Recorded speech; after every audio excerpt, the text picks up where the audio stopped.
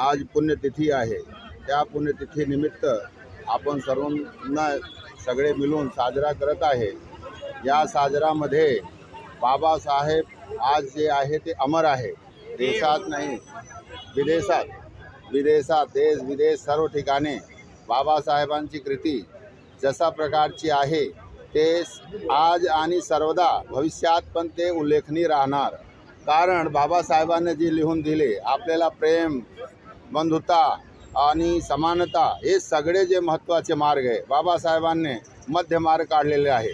त्या मध्य मार्गाने कसा जगायचे आणि मानवता कसा पुढे जाईल त्यांनी एकच मार्ग दिली लोकांना, लोकशाही दिली आणि सर्वांना समानता, समता आणि स्वतंत्रताचे अधिकार दिले। बाबासाहेबांना हृदयपूर्वक मी अभिनंदन करत आहे। आणि आपण वकील समाजाची आपले सर्वांची बाबासाहेबांची परिक्षेत्र जे आहे ठाणे कोर्ट आहे। ठाणे कोर्टाने बाबासाहेबांनी आपली प्रॅक्टिस करून पुढील वाटचाल केली आहे। देश विदेशची ख्याती प्राप्त केली आहे बाबासाहेब। असा महामानवाला मी अभिनंदन करत आहे। आपले सर्वांचे आपले अभिवादन करत आहे। आणि महामानवाचे अभिवादन करण्यासाठी माझे ठाणे बारचे व्हाईस प्रेसिडेंट समोर उपस्थित आहे, तसेच पराड साहेब पण आहे। त्यांनी दोन शब्द त्याच्याबद्दल सांगणार आहे। शिल्पकार डॉक्टर बाबासाहेब आंबेडकर यांचा या पुण्यस्मृती आम्ही प्रत्येक वर्षी या न्यायालयात आम्ही साजरा करतो आणि या संस्थेतर्फे देखील आम्ही साजरा करीत आहोत। तर या दिनी तसं पाहायला गेलं तर दुःखाचा दिवस आहे। या दिवशी डॉक्टर बाबासाहेब आंबेडकर आमच्यातून निघून गेले होते, पण त्यांनी दिलेली घटना ही आमच्याकडे कायम राहील। एवढंच नव्हे तर त्यांनी दिलेली चेतावणी देखील आमच्या सर्वांच्या मनात कायम राहील आणि त्याप्रमाणेच आम्ही या घटनेचा आदर करू आणि घटना ही आमच्यासाठी सर्व राहील, सर्व कशाची राहील असं मी बोलतो।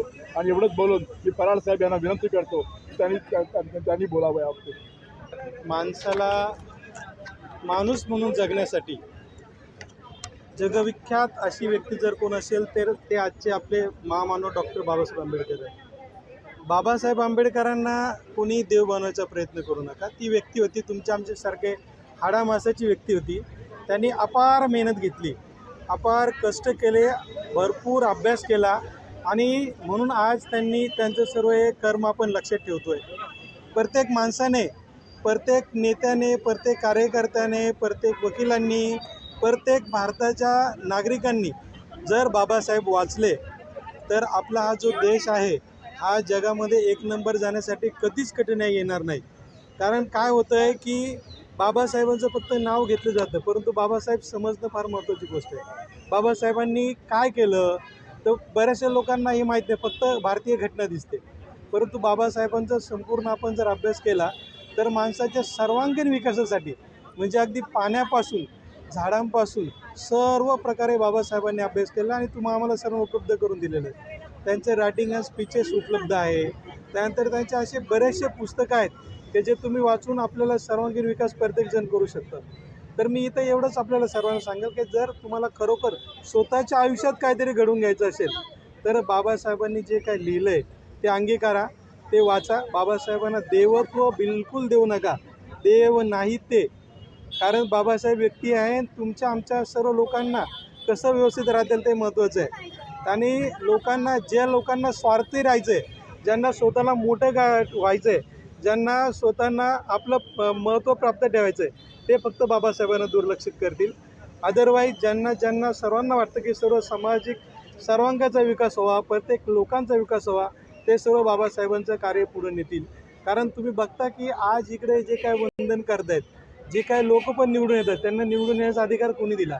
बाबासाहेबांनी दिलेला आहे। बाबासाहेबांनी त्यांच्यासाठी व्यवस्था केली की तुम्ही इलेक्शनला उभं राहू शकता। आज जेवढे काय कोड घातलेले लोक आहेत त्यांना शिक्षणाचा अधिकार कोणी दिला? बाबासाहेबांनी दिलेला आहे। कारण आपण भारतीय घटना, आज तुम्ही जे पत्रकार आहात निर्भीडपणे येत आहेत एवढ्या सर्व लोकांमध्ये, तुमचं महत्त्व लगेच दिसतंय, नोंद घेतं। कारण या लोकशाहीमध्ये तुम्हाला एक वेगळं स्थान दिलेलं आहे। You are fourth pillar of our democracy. आणि हे सर्व पिलर व्यवस्थित राहण्यासाठी बाबासाहेबांनी जे काय केलेलं आहे वास्तविक ते प्रत्येक दिवशी, प्रत्येक वेळी, प्रत्येक क्षणी प्रत्येक व्यक्तीने जपलं पाहिजे। अगदी 8 तास जे आहे कामाचे किंवा अशा बऱ्याचशा गोष्टी त्या बाबासाहेबांनी केलेल्या आहेत। बाबासाहेब थोड्या वेळात समजून की खूप महत्त्वाचं आहे। महत्त्वाचं आहे आणि ते तुम्ही आम्ही समजून घेतलं पाहिजे.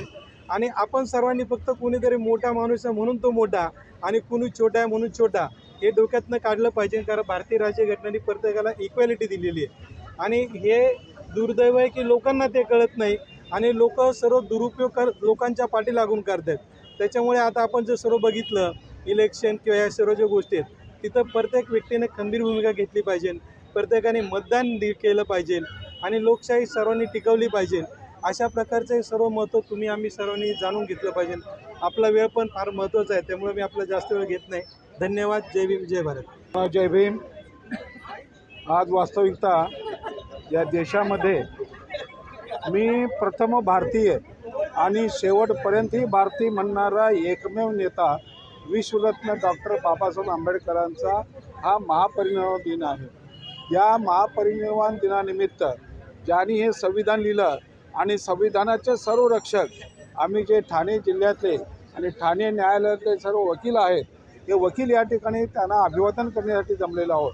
अभिवादन यासाठी की आज संविधान हे धोक्यात आहे तेव्हा संविधान वाचवणे सर्व ॲडव्होकेट या ठिकाणी आलेले आहेत आणि प्रत्येक नागरिकाचं कर्तव्य आहे की या संविधानाप्रती आस्था आपुलकी दाखवली पाहिजे. कारण संविधानामुळं समता स्वातंत्र्य विश्वबंधुत्व मिळालेलं आहे आणि संविधान राहिलं तर या देशामध्ये लोकशाही राहील अन्यथा लोकशाहीचा नाश होऊन जाईल. हे बाबासाहेबांनी ज्या वेळेला 25 नोव्हेंबर 1949ला संविधान अर्पण केलं त्यावेळेला बाबासाहेबांनी सर्वांना एक सूचना दिली होती की संविधान राबवणारे जर चांगले असतील तर संविधान व्यवस्थित राहील आणि संविधान राबवणारे जर नालायक असतील तर संविधान कुछ कमी ठरेल असं बाबासाहेबांनी सांगितलं. तेव्हा आज संविधान जपणं आणि संविधान संवर्धन करणे हे अत्यंत आवश्यक आहे. जय भीम, जय भारत. शिल्पकार परमपूज्य महामानव बोधिसत्व भारतरत्न डॉक्टर बाबासाहेब आंबेडकर यांना प्रथम मी महापरिनिर्वाण दिनानिमित्त भावपूर्ण श्रद्धांजली त्यांना वाहतो. आणि आज जे काय आहे हे बोलण्याचं किंवा फिरण्याचं शिक्षण घेण्याचं किंवा या जगामध्ये आपल्याला जगण्याचं जे काय महत्त्व आहे हे सगळं डॉक्टर बाबासाहेब आंबेडकर यांच्या मेहरबानीमुळे आहे. आणि जे पण आपण आज काय जगत आहे सुटाबुटामध्ये राहत आहे वकील पोलीस जे पण काय असेल त्या सगळ्या सरकारी कर्मचारी ते देशातलं सगळं ए ग्रेडपासून तर डी ग्रेडपर्यंत जे पण कर्मचारी आहेत त्याच्यावर सगळ्यावर बाबासाहेब आंबेडकरांचे खूप मोठे उपकार आहेत. त्याचप्रमाणे देशात एक नागरिक एक वोट एक समानता हा जो नियम आहे हा जगात डॉक्टर बाबासाहेब आंबेडकरांनी सगळ्या देशाच्या व्यतिरिक्त फक्त इंडियामध्ये दिलेला आहे की ज्याचा पूर्ण पावर फक्त जनतेच्या हातामध्ये दिलेला आहे. हे सगळी घटना लिहिणारे डॉक्टर बाबासाहेब आंबेडकर यांना आज महापरिनिर्वाण दिनानिमित्त माझ्याकडून भावपूर्ण श्रद्धांजली.